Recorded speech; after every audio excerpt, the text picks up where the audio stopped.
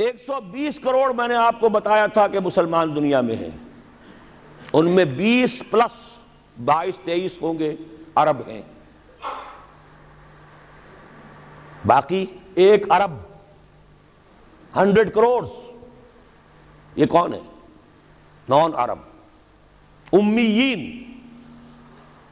نہیں آخرین، امیین تو وہ عرب ہیں۔ ان میں سے بقیہ میں سے سب سے بڑی مجرم قوم میں اور آپ ہیں۔ ہندوستان کا مسلمان نہیں،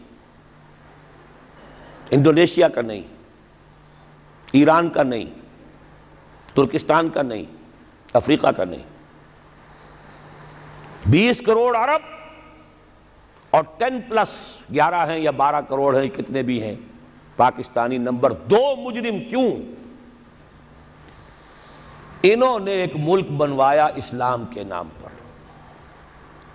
لاکھوں انسانوں کی جانیں گئیں، ہزارہا عصمتیں لوٹیں، کتنا بڑا تبادلہ آبادی ہوا، کتنی مسلمان عورتیں ہندوؤں کے قبضے میں رہ گئی۔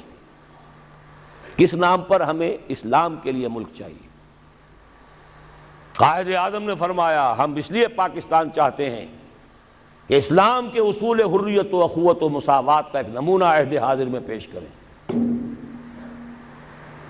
50 برس ہو چکے ہیں، نوٹ کر لیجئے، 2 حساب ہیں نا، ایک ہے شمسی ایک ہے قمری۔ قمری کے حساب سے 50 برس ہو چکے، 9 مہینے زائد ہو چکے ہیں۔ شمسی حساب سے 50 برس میں 9 مہینے کم ہیں، بس اتنا ہی فرق ہے۔ اگلے اگست میں ہو جائے گا نا 50 برس کرسچین ایرا سے، 1997 1947 اگست تک کتنے مہینے رہ گئے؟ اور قمری حساب سے جو گزشتہ رمضان مبارک تھا اس کی 27ویں کو 50 مکمل ہو چکے، آگے 9 مہینے اور گزر چکے، ہم بالکل بیچ میں بیٹھے اس وقت۔ تو اسلام کہاں ہے؟ پاکستان بننے کے بعد ایمانداری سے دیکھیے کس چیز میں اضافہ ہوا ہے۔ بدمعاشی، عیاشی، جھوٹ، فحاشی، عریانی، بے پردگی، غبن، بد امنی، لوٹ مار، بڑے سے بڑے جرائم، گھناونے سے گھناونے جرائم، سب میں اضافہ۔ وہ اصول حریت و اخوت مساوات کہاں ہیں؟ ساری معیشت سود پر، اللہ اور اس کے رسول کے خلاف اعلان جنگ۔ آج ہم IMF کی ایک اسامی ہے، کورٹ آف وارڈ ہے، کتنے کھل کر باتیں ہمارے وزراء کر رہے ہیں، ہمارے لیے کوئی اور چارہ کار ہے ہی نہیں۔ میں ابھی سکھر میں تھا، وہاں ایک مذاکرہ دیکھنے کا مجھے موقع مل گیا ٹی وی پر، صاف کہہ رہے تھے وہ دانشور، وہ تو ہمارے لیے کوئی اور چارہ کار نہیں، ہمارے لیے مفید یہی ہے جو کچھ ہو رہا ہے، IMF ہی ہمیں بچائے گا، اور واقعتاً بچائے گا۔ کیوں بچائے گا؟ آپ کے لیے نہیں بچائے گا، اپنے لیے بچائے گا۔ اسے آپ کے اندر سے اپنا خون نکالنا ہے، اگر مرنے دیں گے تو خون کہاں سے لیں گے؟ they will keep you، لیکن رکھیں گے اسی طریقے سے کہ خون کشید کرتے چلے جائیں، کبھی بجلی کا کرایہ، کبھی گاڑیوں کا کرایہ، کبھی اس کا کرایہ، کبھی اس کا کرایہ، کبھی اس کا ریٹ، کبھی اس کا ریٹ، کبھی ڈاک کے ریٹ، خون چوسنے کے لیے۔ یہ صورتحال جو ہے یہ ہماری آخر کس کی ہے؟ کس نے کیا یہ؟ کیا اللہ ظالم ہے؟ کیا ہم مجرم نہیں ہیں اس کے؟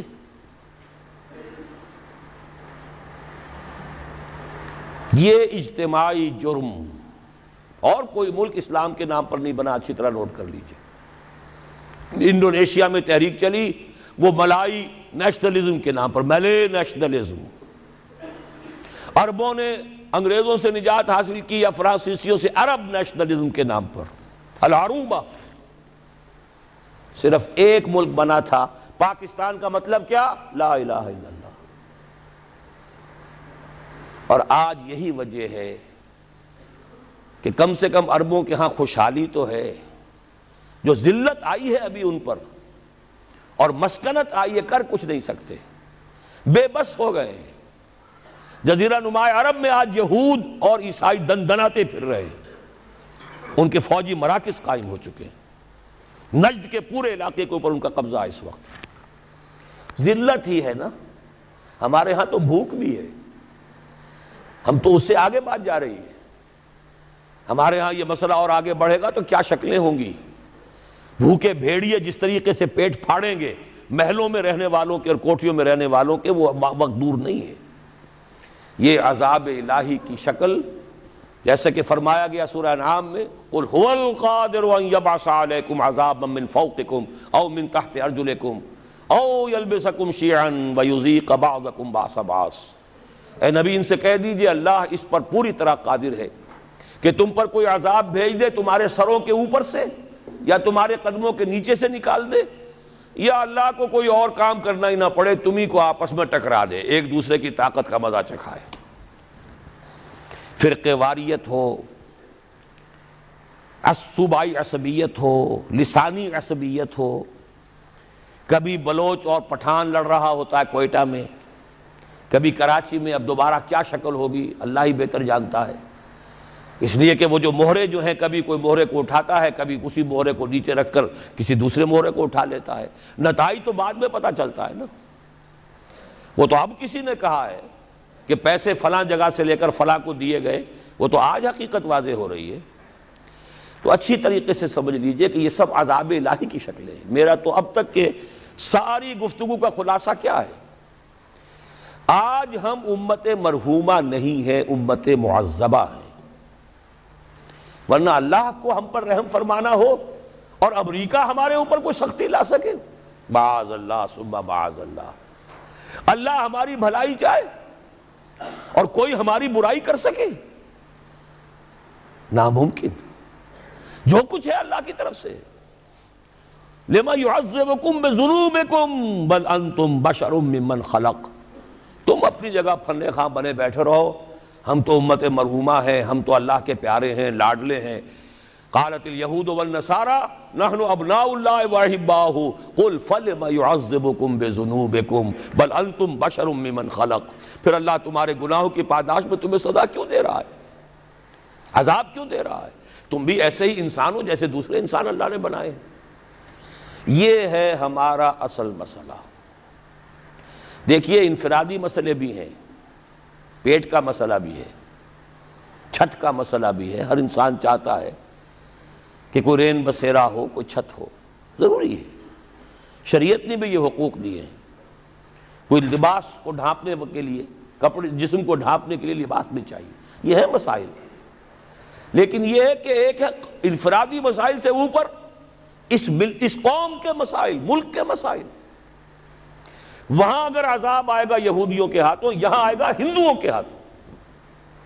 میں نے اپنی اس کتاب کو ختم اس پر کیا ہے۔ 3 امکانات ہیں پاکستان کے لیے، جو کچھ ہم اب تک کر چکے ہیں، جو ہم نے عہد وعدہ خلافی کی ہے۔ ہم نے اب تک وہ اسلام نافذ نہیں کیا، وعدہ خلافی کی ہے۔ اور سورہ توبہ کی 3 آیات کے اندر بیان کر دیا گیا ہے کہ کوئی قوم اجتماعی طور پر اگر کوئی وعدہ کرے اور اس کی پھر خلاف ورزی کرے اللہ کے ساتھ تو اس کی سزا کیا ہے؟ نفاق۔ منافقین کے بارے میں فرمایا وَمِنْهُمْ مَنْ عَاهَدَ اللَّهَ لَئِنْ آتَانَا مِنْ فَضْلِهِ لَنَصَّدَّقَنَّ وَلَنَكُونَنَّ مِنَ الصَّالِحِينَ فَلَمَّا آتَاهُم مِنْ فَضْلِهِ بَخِلُوا بِهِ وَتَوَلَّوْا وَهُمْ مُعْرِضُونَ فَعَاقَبَهُمْ نِفَاقًا فِي قُلُوبِهِمْ۔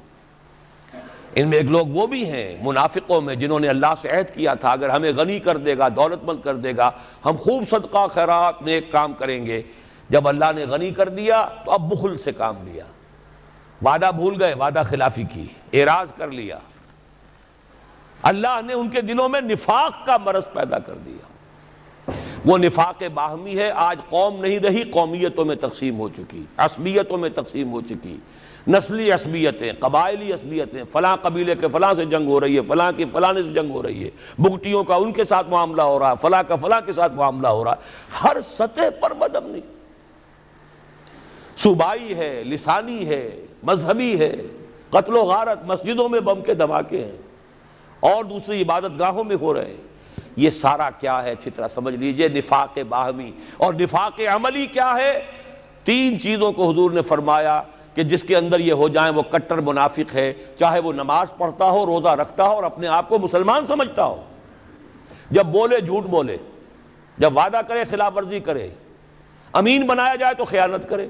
اب یہ تین اوصاف آپ دیکھ لیجئے ہمارے اس معاشرے میں جو جتنا بڑا ہے اکثر و بیشتر الا ماشاءاللہ اتنا ہی بڑا جھوٹا، اتنا ہی بڑا خائن، اتنا ہی بڑا وعدہ خلاف۔ یہ ہے ہماری اس وقت کی صورتحال۔